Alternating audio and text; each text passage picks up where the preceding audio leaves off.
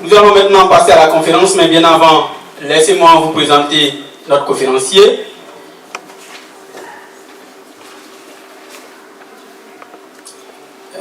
Notre conférencier, M. Stéphane Kipré, est titulaire d'un master en marketing et management des industries. Après ce master, il rentre en Côte d'Ivoire et il crée une entreprise avec des associés, notamment le MECAF, qui est une entreprise qui intervient dans la mécanique, la métallurgie, l'électricité et la chaudronnerie. Jusqu'en chef d'entreprise aguerri jusqu'en 2011, où la crise éclate, il est contraint à l'exil. Et bien que contraint à l'exil, il continue de bosser et il continue toujours de travailler dans son secteur en tant que chef d'entreprise.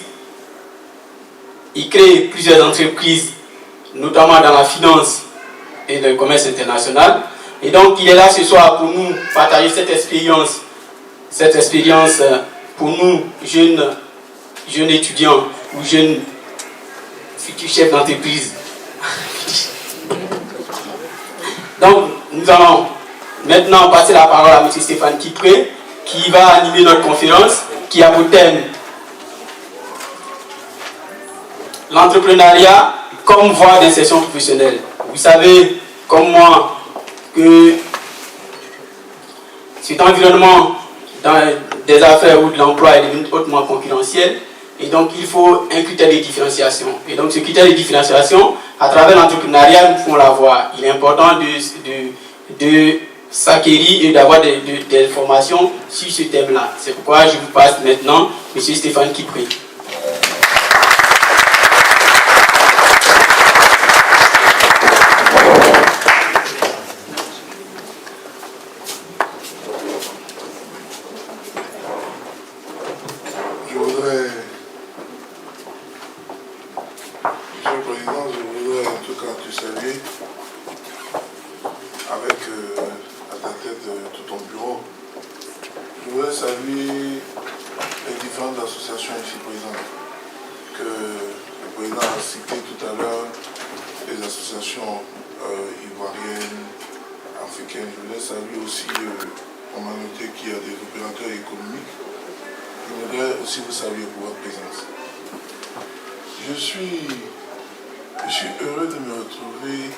On sort du train-train habituel de la politique. Quand j'ai rencontré le président Gisner et quelques membres de son bureau, je suis Paris, je leur ai dit que j'allais m'organiser à être présent. À être présent parce que quand il m'a expliqué l'objet même de l'association, qui était l'intégration des étudiants ivoiriens, mais surtout africains. La seule chose qui m'est venue en tête, c'était de dire, et j'ai eu à lui dire ça, que si il y a de cela 20 ans, quand j'arrivais en France, si j'avais eu cette chance-là, il y a beaucoup de choses que peut-être j'aurais évitées. Parce que quand moi je suis arrivé en France, dans les années 95, je suis arrivé pour aller au centre de formation, parce que c'est le basket qui m'a fait venir en France. J'étais à Chambéry, pas loin d'ici. J'étais à Chambéry. Mais la difficulté que j'ai eue, c'est de quitter mon Abidjan natal. Et on est arrivé, je pense, en septembre. Il y avait la rentrée en septembre. On est arrivé sur Paris en début septembre, je crois, au début septembre 96, on arrive sur Paris, on visite Paris, et la rentrée était prévue pour le 24 septembre, au centre de formation. Donc il fallait commencer les entraînements un peu plus tôt. Donc une semaine après, on prend le TGV et on quitte Paris, et je me retrouve à Chambéry. Je me retrouve à Chambéry, et même pas, Chambéry c'est la capitale, mais je me retrouve à Maurienne, dans les montagnes. J'ai dit, mais attends, à Maurienne, enfant de Trècheville, qui a grandi à Trècheville, qui a ses parents à Treichville, sort pour la première fois de Côte d'Ivoire, se retrouve à Montréal. Et j'ai été dépaysé complètement. Mais je me rends compte que si j'avais eu la chance, dans le temps, peut-être pas lui, mais d'avoir croisé ceux qui avaient mis cette association sur pied, je crois qu'il y a beaucoup de choses parce que la première saison, j'ai été perdu. Après les entraînements, j'étais vraiment perdu parce que je n'arrivais pas à me retrouver dans un environnement ivoirien. Je n'arrivais pas à m'adapter, je dirais, au fondu. Il fallait que je cherche à manger de la tiéké. Je n'arrivais pas à m'adapter au froid. Quand tu te lèves le matin, tu ouvres la fenêtre, tu vois que du blanc. Tu dis, mais attends, je me retrouve où là? Et voilà pourquoi je salue l'initiative. Parce que aider un étudiant à s'intégrer, c'est d'aider l'étudiant à poursuivre ce pour lequel il vient. Parce que c'est vrai que je suis venu pour le basket, mais mes résultats ont commencé à chuter. Que ce soit les résultats scolaires, même le résultat sportif. Une fois, je me rappelle, l'entraîneur m'a appelé, il m'a dit, tu es sûr que tu es celui qu'on est parti détecter? Tu es sûr que, parce que vous les Africains là, on ne sait jamais avec vous. Tu es sûr que tu n'as pas un jumeau? Parce que quand on regarde les vidéos, quand on regarde la performance sportive de la personne qu'on a fait venir en formation, ce n'est pas toi. Ce n'est pas toi. Mais il n'avait pas compris que l'intégration pour un sportif, l'intégration pour un étudiant est la clé du succès pour ses études quand il quitte son pays pour arriver. Voilà pourquoi je voudrais vraiment te saluer, président. Je voudrais te saluer pour ce travail-là. Et à travers toi, je voudrais saluer tous tes collaborateurs pour ce que vous faites, pour aider les étudiants à être intégrés. Donc je voudrais que vous vous acclamez vous-même pour le travail que vous avez fait.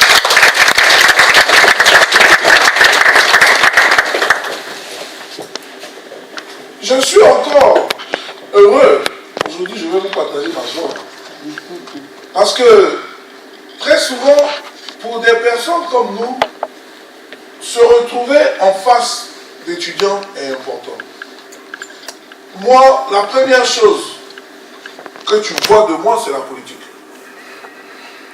Quand tu veux chercher à savoir la politique et avec tout ce qui suit, les bons côtés comme les mauvais côtés. Mais aujourd'hui, pour la Côte d'Ivoire, notre pays, parce que je pense que c'est l'association qui l'organise, et plus ou moins une association ivoirienne, la politique est devenue autre chose. Nous sommes dans des débats, je dirais, politico-politiciens. Ça veut dire que quand je prends la tendance pour laquelle je suis en Côte d'Ivoire, quand on parle de libération d'un prisonnier, ce n'est pas de la politique, c'est un débat politique. Mais depuis 10 ans, on ne fait que parler des débats politiques qui, en réalité, sortent la politique de son sens vrai. Parce que faire la politique, c'est avoir une idée. Faire de la politique, c'est avoir une vision pour un groupe de personnes, pour un pays, partager sa vision pour son pays. Mais depuis 10 ans, c'est autre chose. Donc aujourd'hui, me retrouver face à des étudiants pour échanger sur un thème aussi important que l'entrepreneuriat, je pense que vous venez de me faire gagner mon mois. Parce que vous me donnez l'occasion de pouvoir parler avec vous. Mais de pouvoir apprendre de vous. L'objectif ici, en partant d'ici, c'est de donner quelque chose et de recevoir quelque chose. Je voudrais recevoir de l'expérience de tout un chacun. Parce que ce sont les différentes expériences que nous échangeons qui peuvent nous aider à construire. Et un autre élément qui m'intéresse, c'est la jeunesse que nous constituons. Souvent, j'ai tendance à dire à tous mes amis avec lesquels je fais de la politique, vous savez, souvent, il faut faire de la projection. Avant de poser un acte, projette-toi dans le temps. Mais tous les débats actuels de notre pays, quand on prend cette classe existante et qu'on fait de la projection plus 5 ans, plus 10 ans, plus 15 ans, vous voyez que c'est toute une génération qui passe. Donc, aujourd'hui, nous sommes ici l'avenir de notre pays. Donc, pour être ensemble, et comme nous sommes l'avenir de notre pays, nous devons réfléchir ensemble, en mettant de côté les problèmes actuels, l'histoire actuelle de notre pays, et en faisant une projection pour 10 ans. Comment est-ce que nous nous voyons dans 10 ans? Quelle sera la place de tout un chacun dans l'histoire économique de notre pays dans 10 ans, dans l'histoire politique de notre pays dans 10 ans? Donc, nous avons deux choses en commun.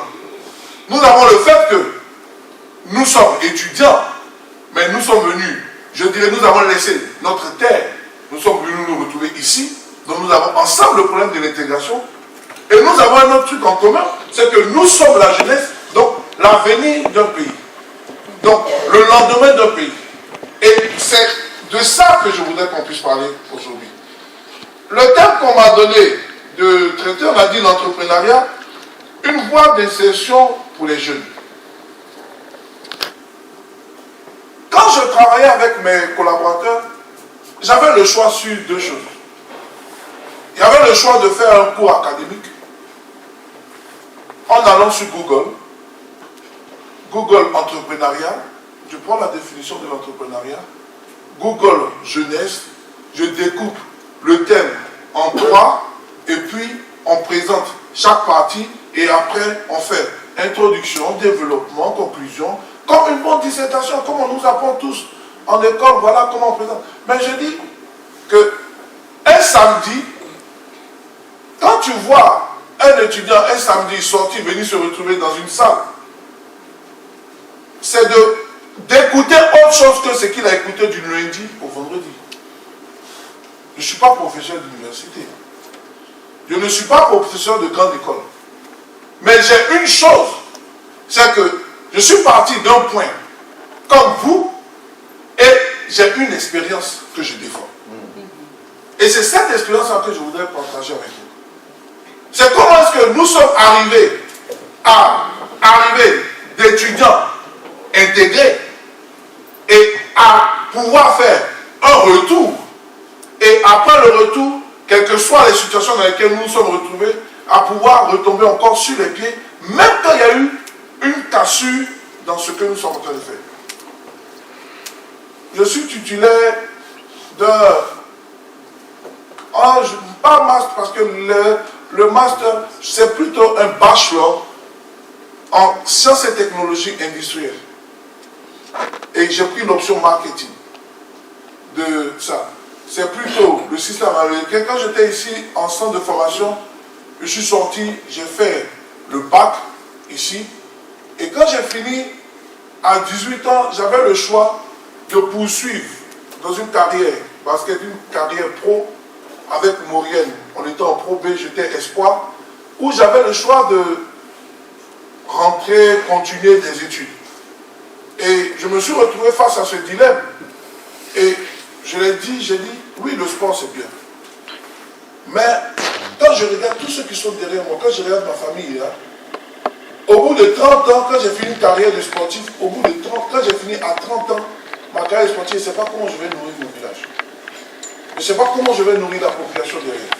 Donc j'ai fait le choix de laisser cette carrière et aller complètement m'intégrer dans les études. C'était un choix pas facile, c'était un choix difficile. Donc il fallait que je quitte la France parce que j'étais en France pour faire du basket. Et c'est comme ça que en 2000, je me suis retrouvé aux États-Unis. Je me suis retrouvé aux États-Unis après mes études en France. Et aux États-Unis, pour ceux qui connaissent le système, c'est un système où il n'est pas facile de dire qu'on reste étudiant. Parce que je ne suis pas boursier, mes parents ne peuvent pas se permettre de me payer des cours. Donc, on est rentré dans un système où, d'unité de valeur, comme tout le monde connaît, il fallait commencer les cours, rentrer. Et donc, j'ai pris l'option, j'ai fait d'abord l'associate degree, qui est l'équivalent du BTS, entre le BTS et la licence. Parce que l'associate degree, tu le fais en 3 ans, mais en équivalence, on nous donne le BTS et après le bachelor, option industrielle. Et en 2005, j'ai décidé de rentrer en Côte d'Ivoire. J'avais quitté la Côte d'Ivoire en 95, 96. Ça faisait 10 ans que j'étais hors de la Côte d'Ivoire. Ça faisait 10 ans que je partais seulement un mois chaque été en Côte d'Ivoire. Quand j'ai fini mon bachelor, pendant que je travaillais, j'étais dans ce qu'on appelle de Merchant Services.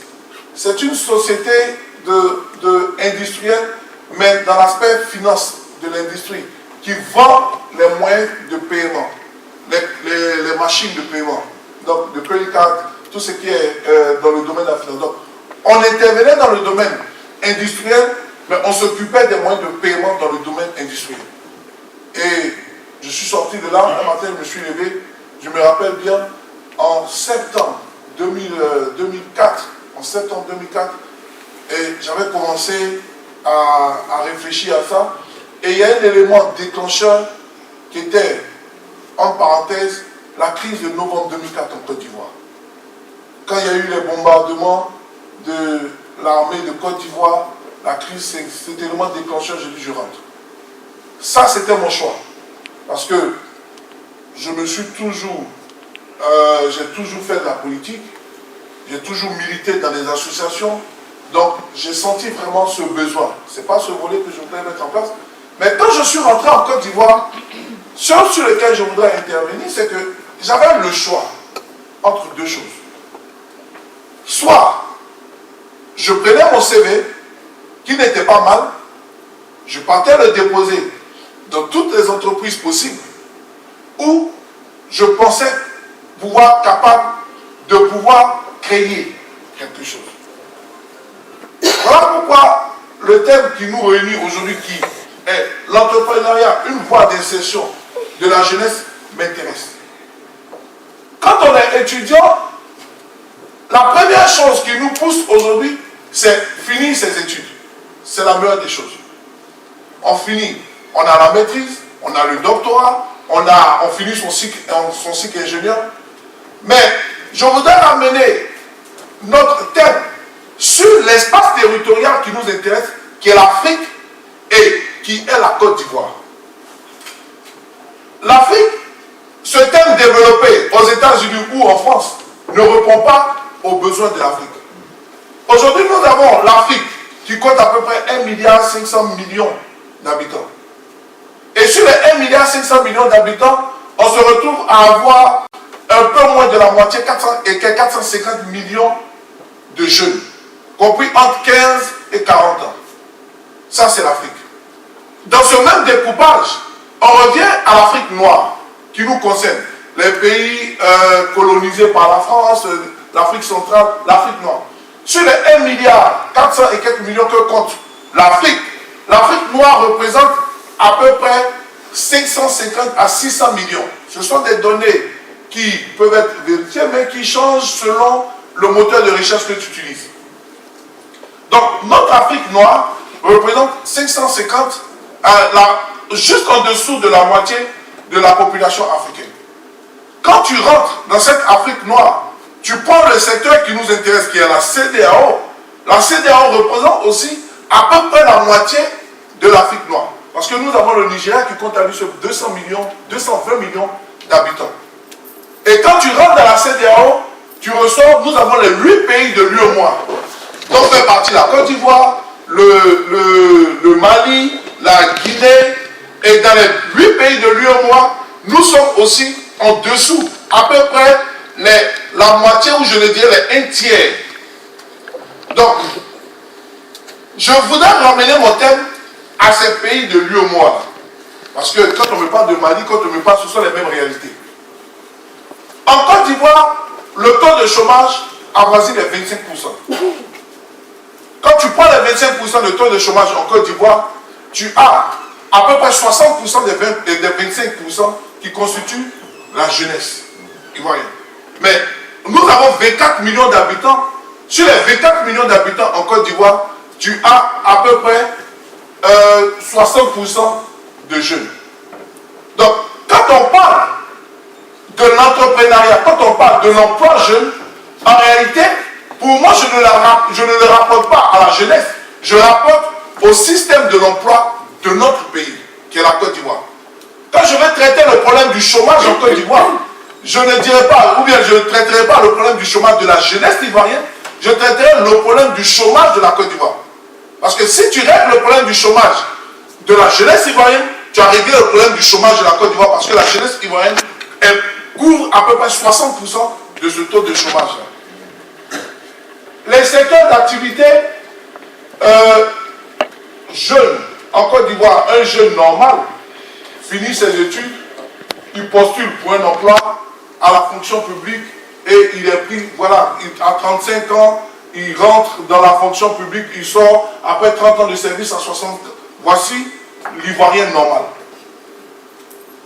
Et vu le schéma présenté comme ça, la question que le président Ghislain me demande de traiter, c'est comment est-ce que nous voyons, comment est-ce que nous plaçons l'entrepreneuriat dans ce système par rapport à la jeunesse ivoirienne. Je voudrais ramener le thème, mais à une compréhension propre. Comment est-ce que nous pensons que être entrepreneur, est-ce que nous pensons que l'initiative privée peut permettre à résoudre le problème de l'insertion de la jeunesse? Moi, je voudrais sortir le point de l'insertion et poser la question de savoir est-ce que l'initiative privée peut être une solution économique pour résoudre le chômage dans nos pays africains. Parce que s'insérer est pour moi différent. Parce qu'on peut s'insérer dans un système et ne pas forcément réussir dans le système. On peut forcément avoir un emploi. Et cela ne voudrait pas dire qu'on est une solution économique. Aujourd'hui, quand on parle d'insertion jeune, quand on trouve par exemple une cabine téléphonique pour un jeune, on dit qu'on a inséré le jeune. Quand on crée une entreprise et que quelqu'un qui a la maîtrise, quelqu'un qui est ingénieur, se retrouve à faire un travail de technicien, on se dit on a inséré le jeune, mais est-ce qu'on a trouvé une solution, on a réglé le problème de l'emploi jeune? Donc moi je ne veux pas traiter l'insertion de la jeunesse, mais je voudrais traiter la question de l'intégration de la jeunesse dans le système économique par la création par l'initiative privée. Voilà la question clé. L'initiative privée, l'intégration, le système économique de notre pays. La Côte d'Ivoire aujourd'hui, troisième producteur mondial de café, premier producteur mondial de cacao. La Côte d'Ivoire aujourd'hui a presque toutes les matières premières existantes en Afrique. Nous avons un peu de pétrole, nous avons de l'anacarde au nord, nous avons du coton au nord, nous avons de l'huile de palme au niveau du sud. Nous avons toutes les parties de la Côte d'Ivoire ont de la matière première. Donc en termes de création, la Côte d'Ivoire est capable de pouvoir absorber parce que nous avons les matières premières. Mais quand on vient à l'histoire de notre pays, voilà ce qui se passe. Dans les années 60, avant notre indépendance, quand nous étions encore colonisés, tout ce qui était emploi, tout ce qui était tâches administratives, tout ce qui était tâches industrielles, comment des grandes usines étaient pour le colon, celui qui nous apprenait. Quand vous prenez le groupe CFAO, c'était un groupe français. Quand vous prenez tout ce qui était usine, était dirigé par des Français. Quand vous prenez le système de l'enseignement, c'était les Français. Quand vous prenez la santé, vous partez dans les différents CHU. Avant les années 60, c'était les Français. Donc quand on se bat pour avoir l'indépendance, quand Houphouët-Boigny permet à la Côte d'Ivoire d'avoir l'indépendance, mais qui dit indépendance, dit aussi passation de main entre ce que les Français faisaient dans notre pays, qui était l'enseignement, qui était l'éducation, qui était l'industrie. Il doit y avoir passation de main entre eux et nous. Donc, dans les années 60, nous avons un pays qui est riche, nous avons un pays qui rentre dans l'indépendance.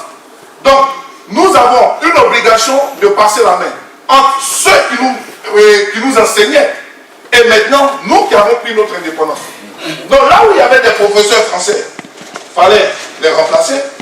Là où il y avait des médecins français, il fallait les remplacer. Là où il y avait des industriels français, il fallait les remplacer. Là où il y avait des ministres français, il fallait les remplacer. Donc, vous voyez, lance pour notre pays un vaste programme de formation. On met en place l'INSET, on met en place le NSTP, on met en place le lycée scientifique, le lycée Mami Adjoa, on met en place le lycée classique d'Abidjan, le lycée NEC. Vous voyez, lance un gros programme de formation. Mais pendant qu'ils se forment, tous ceux qui étaient formés avaient du travail parce que, en même temps qu'on forme les médecins, il y a la place parce que les médecins français lâchent le terrain et d'autres médecins ivoiriens arrivent. Pendant que les ingénieurs français rentrent, nous formons nos ingénieurs pour pouvoir prendre de la place. Mais ce système était bon tant que la demande des différents postes était supérieure à la formation. S'il y avait 10 postes qui existaient de médecins et qu'on formait 3 médecins, il y avait encore de la place. S'il y avait 10 postes d'ingénieurs qu'on formait et qui étaient disponibles, tant qu'on formait 4 ingénieurs, il y avait encore de la place. Donc, entre les années 60, 70, on était dans un déséquilibre entre le besoin et la main-d'œuvre. Le besoin était supérieur à la main-d'œuvre. Donc, on ne parlait, tout le monde, la Côte d'Ivoire arrivait à absorber tout ce qui formait. La Côte d'Ivoire arrivait à absorber tout ce qui formait. Dans les années 70, le déséquilibre a commencé à être un peu plus ou moins équilibré. Ça veut dire pour 10 places de médecins disponibles, l'Université de Côte d'Ivoire, le système de formation de Côte d'Ivoire, arrivait à former encore 6, encore 7. Donc là encore, la difficulté de pouvoir trouver des emplois n'était pas encore réelle. Dans les années 75, on commence à équilibrer. Pour 10 places de disponibles, on avait 10 médecins de formés. Quand je prends le système sanitaire. Pour 10 places d'ingénieurs de disponibles, on avait 10 ingénieurs qui sortaient de l'INSET. Dans les années 75, on équilibre. Mais quand on rentre dans les années 80, on commence à avoir en formation, l'Université de Côte d'Ivoire, par exemple, sort 20 médecins, mais en réalité, la place disponible qui était vacante était 15 médecins. Parce que les hôpitaux, on a juste fait que changer, on n'a pas créé, mais on a remplacé. Donc, quand on forme 20 médecins, on prend 15, on les met dans les CHU existants et 5 médecins se retrouvent à chercher un emploi. Mais encore là, les 5 médecins arrivaient à être absorbés par tout l'UEMOA parce que là où la Côte d'Ivoire formait, les autres pays de l'UEMOA étaient en retard dans la formation. Donc nos médecins, nos ingénieurs commençaient à aller un peu partout. Mais dans les années 80, la conjoncture économique, en fait, a été créée par le fait que le besoin, la création que notre pays est en train de faire ne répondait plus. Il y avait plus de demandes que de places disponibles. On formait plus de fonctionnaires que de places à la fonction publique. On avait plus de médecins qui sortaient de l'Université de Côte d'Ivoire que de places disponibles dans les CHU. Pas en termes de besoins sanitaires, parce que c'est différent. Même aujourd'hui, la Côte d'Ivoire a encore besoin de médecins. Mais il n'y a pas de place. Il n'y a pas d'infrastructure pour ça. Je parle, c'est deux choses complètement différentes. Je parle de places disponibles dans les hôpitaux. Parce qu'un hôpital ne peut pas prendre à lui seul 100. Voilà, si tu veux, tu ne mets pas 100 médecins dans un hôpital. Tu crées 10 différents hôpitaux pour pouvoir avoir les 10. Voilà, c'est ça, c'est de ça que je parle. Donc, la conjoncture, nous l'avons évité, nous n'avons pas réussi à changer notre système. Parce que nous étions en train de former les Ivoiriens à prendre la place de celui qui nous avait colonisés. Mais celui qui nous avait colonisés pour des tâches administratives. Donc notre système scolaire formait des gens qui étaient administratifs. Notre système scolaire formait des techniciens. Mais des techniciens, en réalité, des techniciens plus théoriques que pratiques. Notre système scolaire formait des professeurs qui donnaient l'enseignement. Notre système scolaire formait des infirmiers. Mais quand tu formes l'administratif et que tu n'arrives pas à intégrer tout le monde dans un système administratif, dans la fonction publique, tu commences à augmenter le nombre de demandeurs. Donc, entre les années 80 et les années 90, voilà pourquoi la première crise à l'université apparu dans les années 80 parce qu'il n'y avait plus. Tous ceux qui sortaient de l'université n'étaient plus absorbés. Je voudrais ouvrir une parenthèse pour dire, en réalité, il y a crise. Ouvrez-moi un peu, ici. En réalité, il y a crise. Je pense qu'il y a crise quand ceux qui alimentent la crise ne savent pas quoi faire. En réalité, il y a rébellion quand il y a des jeunes qui ne savent pas quoi faire, à qui on va proposer des armes pour pouvoir attaquer son pays. Mais quand le matin, tu dois te lever pour aller travailler, et parce que tu as de quoi manger, il est difficile qu'on vienne te proposer 500 000 francs CFA pour prendre une arme. Donc, ce n'est pas le thème de notre conférence, mais je peux dire que l'entrepreneuriat aussi est une solution pour les crises à répétition dans les pays africains. Je pense que si nous réglons le problème du manque d'emploi, du chômage dans les pays africains, nous aurons aussi réglé une partie de la solution des différentes crises. Ça, fermons cette parenthèse. Et voilà pourquoi, quand on commence à créer, dans les années 90, la crise prend de l'ampleur parce qu'on rentre dans une véritable crise d'emploi. Nous avons évité le coche du changement de formation. Nous avons continué de former, je dirais, des administratifs, là où les postes administratifs n'étaient plus nécessaires et il fallait maintenant des postes de personnes pour pouvoir faire passer notre économie autrement. Nous avons loupé dans les années 80 le coche de l'entrepreneuriat. Nous avons loupé dans les années 80 intégrer l'initiative privée dans notre système. Nous avons loupé dans les années 80 la formation à l'initiative privée, la formation pratique. Je me rappelle en 2003, en 2004, non 2004, 2005 quand je suis rentré, quand j'ai mis sur pied mon entreprise avec deux associés, j'étais quand même le directeur parce que moi je venais de Beng. J'ai pris en entretien une jeune dame qui est venue chercher un emploi et qui me disait on cherchait un comptable. Je dis ok, j'ai un BTS comptabilité, ok, tu reprends, ok, je viens de sortir de l'école, bon c'est pas grave, on va essayer de voir avec toi pour voir. Mais je lui ai posé une seule question. Quel est le système comptable sur lequel tu as l'habitude de travailler? Elle dit oui, tout ce qui est feuille comptable, feuille Excel et tout ça. Je dis ok, il n'y a pas de problème. Bon, on va commencer, on te prend en l'essai. Mais quand on ouvre la première feuille d'Excel, de quelqu'un qui a un BTS en comptabilité, et que te pose la question de comment est-ce qu'on intègre les chiffres, je dis mais Excel là, tu as fait ça comment? Il dit non, on a fait ça au tableau. On a pris Excel au tableau. On a pris Excel sur du papier. C'est ça. Donc on forme plus de façon théorique que pratique. On forme plus des ingénieurs qui savent démonter une machine sur papier que démonter une machine en réalité. C'est le système de formation. Donc avant même de parler d'entrepreneuriat, je pense que nous devons revoir, Président, notre système de formation. Nous devons revoir complètement où est-ce qu'on intègre dans notre système de formation, de comprendre que ce n'est pas seulement la fonction publique qui donne à manger à quelqu'un. Nous qui sommes souvent en politique, on s'est retrouvés confrontés, tu as trois jeunes qui viennent vers toi. Ah, président, il faut que tu nous trouves de quoi faire. Ok, tu poses la question, tu veux faire quoi? Il dit non, si tu peux m'aider à entrer à la gendarmerie. Si tu peux m'aider à réussir le concours de la fonction publique.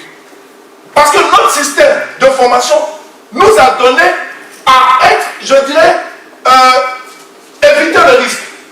Un fonctionnaire légal, tu rentres, j'ai 150 000 francs, mais il est garanti 150 000 francs sur 30 ans. C'est le système dans lequel on est.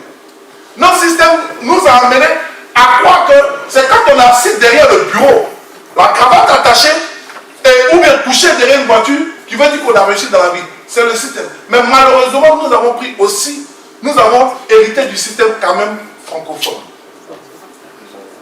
Donc, c'est ça qui, aujourd'hui, avant même de parler d'entrepreneuriat, parlons du système de l'ivoirien nouveau. Nous devons revoir notre manière de penser. Nous devons revoir notre manière de concevoir, je dirais, le gagner sa vie. On gagne la vie comment? À la fin du mois, on gagne la vie comment? À la fin du mois, on veut recevoir ou on veut donner? À la fin du mois, on veut faire des réunions avec le patronat ou les syndicats. Notre système scolaire nous amène à comprendre que c'est seulement l'élite, c'est seulement l'excellence qui a droit au patronat et ceux qui sont moyens ont droit au syndicat. C'est le système scolaire. Revoyons notre mentalité, revoyons notre système scolaire.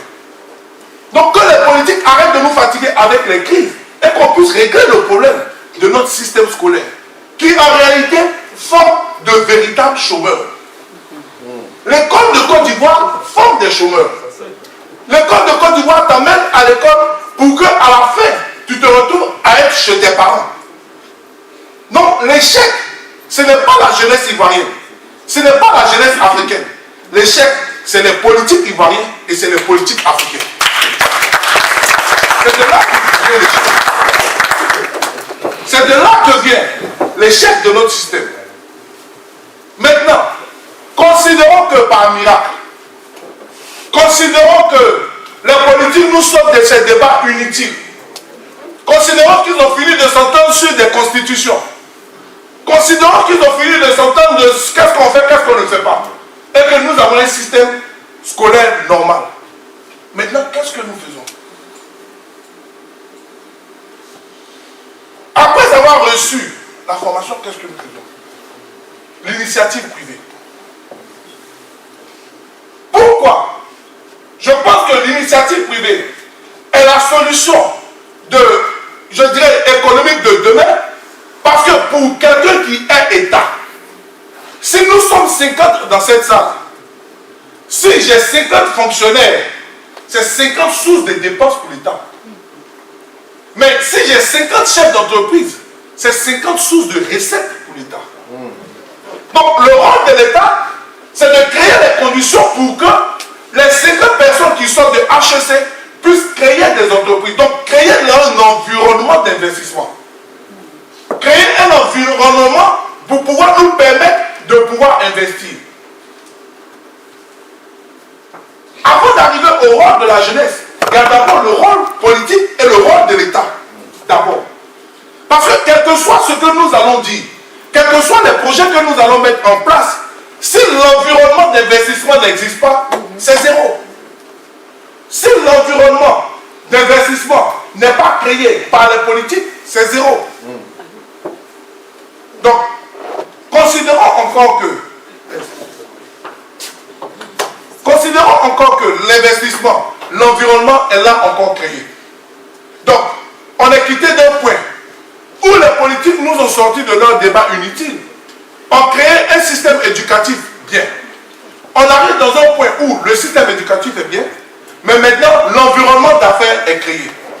Parce que quand tu rentres en Côte d'Ivoire, moi quand je rentre en Côte d'Ivoire, je dis je vais créer une entreprise. Si vous créez une entreprise, je prends 8 mois pour créer une entreprise, ce que je fais, le prochain avion qui quitte la Côte d'Ivoire pour Paris, je rentre sur Paris et je ne mets plus les pieds là-bas. Pour moi qui ai fait mes études, ici quand je quitte Lyon, je quitte avec toutes mes bonnes idées, je rentre à Abidjan et tout. Quand j'arrive à Abidjan, les anciens étudiants de Lyon, on se retrouve, ils mettent, ok, où tu veux créer ton emploi, tu vas au CPI, tu dois aller aux impôts pour pouvoir avoir ta DFE et déclaration de fiscal d'existence, tu t'en vas. Mais si pour faire ça, ça met 6 mois, je suis découragé et je reviens et je ne repars plus. Donc, quand nous avons créé l'environnement, nous avons assaini l'environnement, maintenant vient le rôle de la jeunesse. Maintenant vient le rôle de la Côte d'Ivoire ou de l'Afrique de demain. Maintenant vient le rôle de nous qui avons étudié. Pourquoi? Parce que l'éducation dans notre pays, dans nos différents pays change.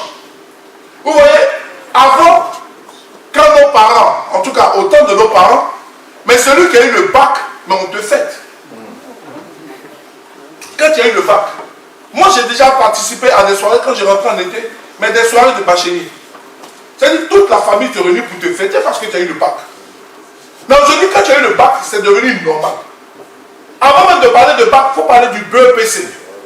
Donc, on commence à plus être formé. Donc, plus tu es formé, plus la demande est grande. Plus tu es formé, plus la demande est envahissante. Parce que ce que tu pouvais faire hier avec ton BEPC, maintenant même avec le bac, tu ne fais plus. Donc, la demande, ce que tu pouvais faire hier avec le bac, aujourd'hui, même avec le BTS, tu ne peux plus. Donc, au fur et à mesure que nous montons, là où on nous avait mystifié avec le PhD, maintenant le PhD est devenu normal.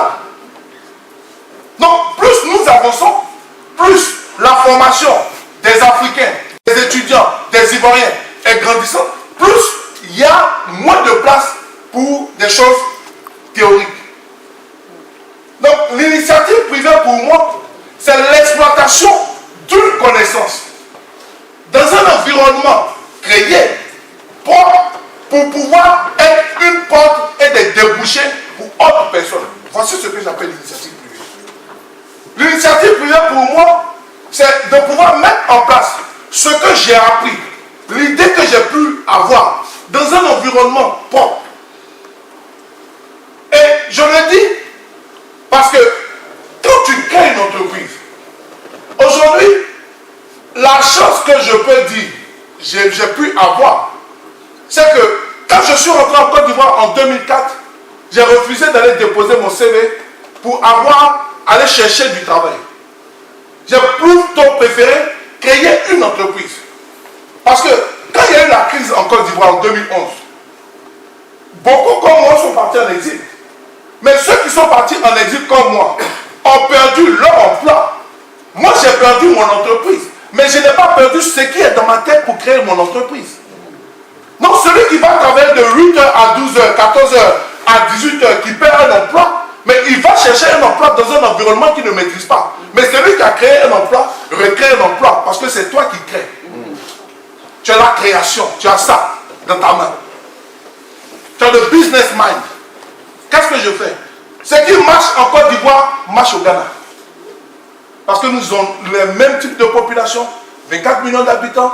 Donc si tu as mangé, tu as fait du gaba en Côte d'Ivoire, que ça marchait, adapte ton gaba, parce que les Ghanéens, ils ne mangent pas beaucoup de poissons, ils mangent tout ce qui est pâte et tout ça. Donc fais du gaba avec la pâte, ça va marcher. Donc tu réadaptes. Mais tu réadaptes, ça c'est l'initiative privée. Quand tu sais que le 25 du mois, tu dois payer des salaires, tu t'arranges, quand tu es le 15 du mois, tu commences à ne plus réfléchir. Comment je vais faire, quand il est 18h, comment je fais pour pouvoir entrer à... Tu commences, comment je vais faire pour pouvoir payer mes... Donc ta mentalité change. Ta manière de voir les choses change. Et c'est ce dont nous avons besoin en Côte d'Ivoire. Nous devons changer notre mentalité, notre manière de voir les choses. Donc, quand je crée mon entreprise, en 2011, il y a la crise. En 2012, je crée mon entreprise. Dans mon entreprise, nous avons plusieurs volets.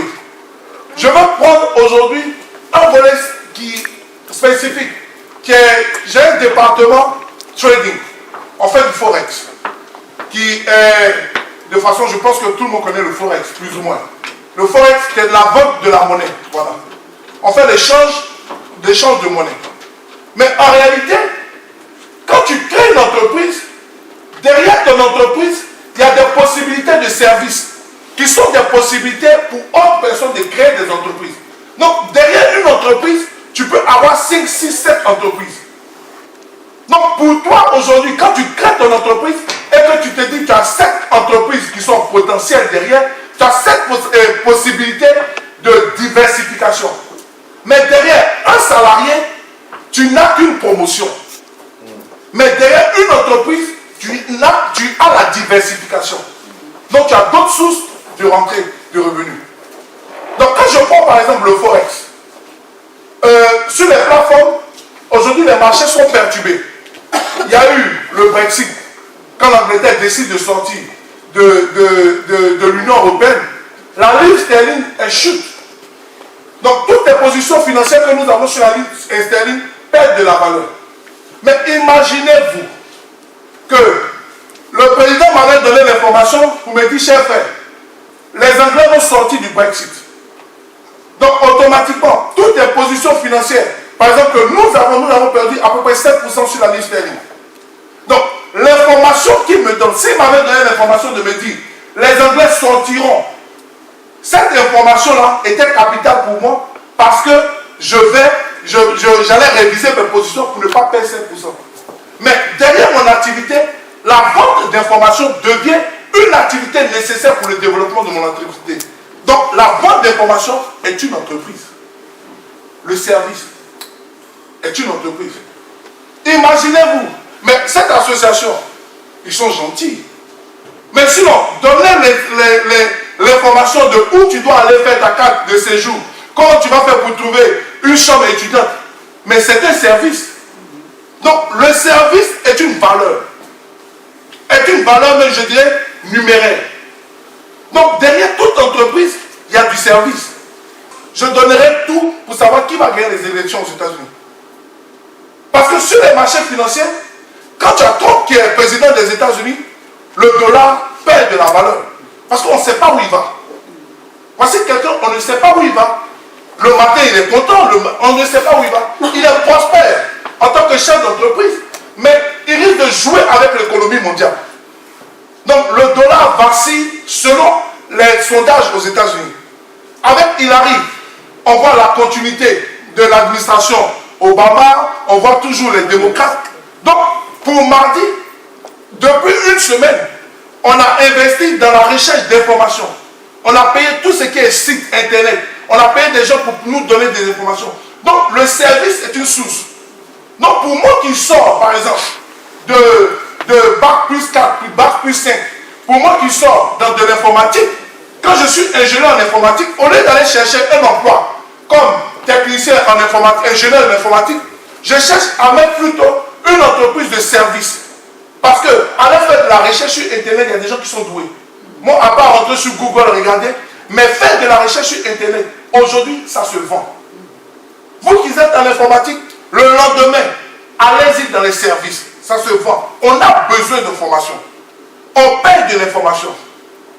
Et c'est une initiative privée.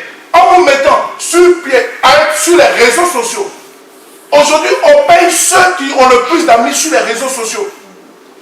Nous, au lieu d'utiliser le réseau, Facebook et tout ça, pour pouvoir faire du développement économique, on a 15 000 amis et puis on poste tout ce qui se passe dans les rues, dans les maquis.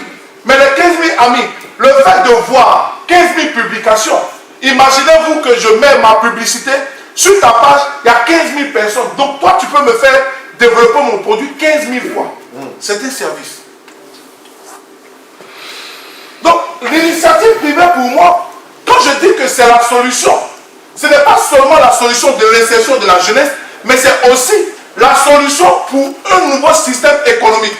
Comme l'industrialisation peut être la solution pour un système économique. Transformer les produits. Donc, pour pouvoir résumer, je voudrais qu'on puisse comprendre une chose. C'est que aujourd'hui, l'Afrique ne peut plus absorber, merci. L'Afrique ne peut plus absorber tous ceux qui sont des diplômés. La Côte d'Ivoire ne peut plus absorber tous les diplômés que vous êtes. Donc ça fait que comme la Côte d'Ivoire ne peut plus vous accepter, la Côte d'Ivoire ne peut plus vous prendre en tant que directeur, on perd de la compétence, on perd de la qualité, on perd de la connaissance, on perd des mains valides. Donc au lieu de faire ça, je voudrais qu'en partant d'ici, on puisse revoir pour dire que peut-être que la Côte d'Ivoire ne peut plus vous accepter en tant que travailleur, mais la Côte d'Ivoire peut vous accepter en tant que chef d'entreprise. À mon même niveau, de 2012 à 2015, on est passé d'à peu près 3 employés, 4 employés. Aujourd'hui, on a 30 employés à travers le monde. Parce qu'il y a de la place. Parce qu'il y a le besoin. On est passé de 3, on est à peu près une trentaine d'employés. Parce que c'est l'initiative. Il y a de la place pour le service. Quels sont les domaines? J'ai parlé des services, j'ai parlé de l'industrie, il y a l'agriculture. Je vais terminer sur un volet, le volet du financement. Quand on parle d'entrepreneuriat, il y a un véritable problème de financement. Beaucoup peuvent dire oui, C'est bien pour ce que tu es en train de raconter, mais moi j'ai mes projets, je finance comment mes projets. Moi j'ai mes projets, comment je fais pour trouver l'argent? C'est ça, une des clés. Mais le financement de nos initiatives a deux volets. Il y a le rôle de l'État. Et ça encore revient sur la politique. Moi je dis pour moi, pour la Côte d'Ivoire qui produit 3 millions de tonnes de cacao, je ne peux pas comprendre que sur les différentiels de café cacao, ce qu'on appelle les différentiels, ce sont toutes les différentes taxes qu'on applique sur chaque kilo de cacao. Je ne peux pas comprendre qu'il n'y a pas une taxe de l'entrepreneuriat. Je ne peux pas comprendre qu'il n'y a pas une taxe pour financer l'initiative privée. Quand tu regardes, on a le DUS qui part à l'État, le droit unique de sortie, qui est de 220 francs le kilo qui part à l'État. On a des fonds de développement routier, on a la taxe de construction, on a la taxe de ce qu'on a appelé la taxe d'insertion et des déplacés de guerre. Mais il faut revoir comment on taxe. Les banques en Afrique ne prêtent plus. Les banques en Afrique ne prêtent plus parce que l'État ne veut pas qu'elles prêtent. Quand on voit Société Générale faire en Afrique en bénéfice net 13 milliards de francs CFA en Afrique, qui nous revient à environ 13 milliards, ça fait combien d'euros? 10 milliards, ça fait à peu près 15 millions d'euros. Donc, à peu près, disons, un peu plus de 15 millions d'euros. Un peu plus de 15 millions d'euros que la Société Générale fait sur la Côte d'Ivoire. Quand vous prenez l'impôt sur le bénéfice en Côte d'Ivoire, on a à peu près 20%. Donc, sur 15 millions d'euros que Société Générale fait en Côte d'Ivoire, il y a 20% qui reviennent à la Côte d'Ivoire, 3 millions d'euros. Ils rapatient chaque année plus de 12 millions d'euros ici en France, Société Générale. Il suffit qu'on décide, que l'État de Côte d'Ivoire décide. Il suffit qu'on sorte dans des débats politiques inutiles pour dire que sur ce que vous faites comme bénéfice, nous allons demander entre chaque banque, ton rôle est de financer. Chaque banque a un taux de financement obligatoire. Le taux de financement obligatoire est nécessaire pour un pays en voie de développement. Parce que la banque doit financer. Tu ne peux pas, et le taux, ça se discute, tu ne peux pas rapatrier 100% de ton bénéfice. Nous ne sommes pas les seuls à le faire. Ce que je suis en train de dire existe. Aux États-Unis, certes, ils sont, quel que soit le système politique en place, mais une banque a une moyenne. On regarde, quand on vient pour ton audit, on regarde combien de pourcentage tu as fait en prêt. Une banque, ce n'est pas seulement une caisse pour garder notre argent, mais une banque est aussi là pour prêter. Donc, il y a cet instrument. Il y a ce que j'ai appelé tout ce qui est taxe sur la matière première. Mais la véritable source de financement, et ça, c'est l'expérience que j'ai, ce sont les marchés financiers. Aujourd'hui, il y a beaucoup de ce qu'on appelle le crowdfunding. Le crowdfunding existe. Ce sont des gens qui ont leur argent, ils cherchent à investir leur argent pour gagner de l'argent. Quelqu'un qui est français, garder ton argent en bénéfice, c'est une grosse erreur parce que je ne peux pas comprendre qu'on taxe 75% sur la richesse. On fabrique des gens à ne pas être riches. Voici le système, ce que moi j'appelle le système français. Donc, voici des gens qui préfèrent aller investir. Ils ne savent pas aller investir dans quoi.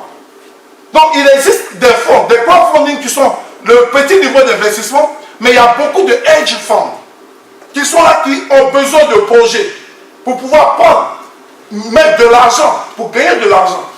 Pour pouvoir gagner de l'argent, je préfère gagner un peu, tu gagnes un peu. Donc, allons-y sur les marchés financiers. Beaucoup de gens disent, et ils nous l'ont vendu, nous savons trouver l'argent. Moi, je ne dis pas nous savons trouver l'argent, je dis je sais comment créer l'argent. L'argent ne se trouve pas, l'argent se crée. On ne donne pas l'argent, on prête l'argent. Celui qui a l'argent qui dit il donne, il n'a pas eu son argent travaillant. Celui qui a eu son argent travaillant, le riche est toujours peint. Mais celui qui est trop généreux, c'est qu'il a hérité, ou bien c'est qu'il a brouté. Donc allons-y vers ceux qui ont. L'expérience nous a permis de comprendre que la recherche de financement, ce n'est pas forcément, il est plus facile de prêter 100 millions d'euros à quelqu'un que de prêter 10 000 euros à quelqu'un. Je vous dis pourquoi. Quand je te prête 10 000 euros pour faire ton projet, si ton projet doit te rapporter 20%, 20% de 10 000 euros, ça fait combien? 20% de 10 000 euros, ça fait 2 000 euros. Sur les 2 000 euros, Toi, tu vas prendre 1500, je vais prendre 500 euros. Donc, quand je prends la capacité de remboursement de 5%, je préfère avoir 5% sur 100 millions que 5% sur 10 millions. Donc, sortez de votre tête qu'il est plus facile de faire des projets, des petits projets que de gros projets. Les petits projets ne trouvent pas le financement. Ça, ce n'est pas l'étude qui donne, c'est l'expérience sur le terrain qui donne. Tu vas en face d'une banque, tu lui dis j'ai un projet de 2000 euros, on te dira va ailleurs. Mais quand tu rentres dans une banque, j'ai un projet de 100 millions d'euros, on dit mais il est trop petit. Qu'est-ce qu'il compte sur quoi lui là? Et puis, quelqu'un qui donne de 100 millions d'euros, il compte sur quoi? On a besoin des gens qui sont prétentieux. C'est là, il faut être prétentieux. C'est là, il faut aller taper les portes. C'est ça. Et l'initiative privée, quand tu es patron, il faut être, comme on dit, il faut bousculer. Le financement existe. L'argent existe dans le monde. Allons-y chercher. Allons-y chercher là où il faut chercher. L'Afrique aujourd'hui est le seul endroit où on peut investir 1000 et avoir 20% de retour sur investissement. Seulement en Afrique. Aujourd'hui, quand on se débat sur le CAC 40, tout investissement qu'on fait sur l'entreprise sur le CAC 40, quand on a eu 3%, on applaudit. On dit ouais, on a fort. Mais aujourd'hui, il existe des investissements sur des entreprises africaines où tu fais du 15, du 20%. Parce que l'Afrique est en développement. L'Europe est vieillissante. Le Moyen-Orient est en train de sortir. Les États-Unis sont en train de stagner. Nous sommes l'avenir du monde. Et nous sommes la jeunesse qui constitue cet avenir du monde. Voilà un peu ce que je voudrais vraiment changer. Qui était plus pour moi les champs d'expérience que de vous donner un cours académique. Que vous donner des définitions académiques que j'allais prendre sur Google. Ce que je suis en train de dire, je ne l'ai pas pris sur Google. Je l'ai pris sur le terrain. Je vous remercie.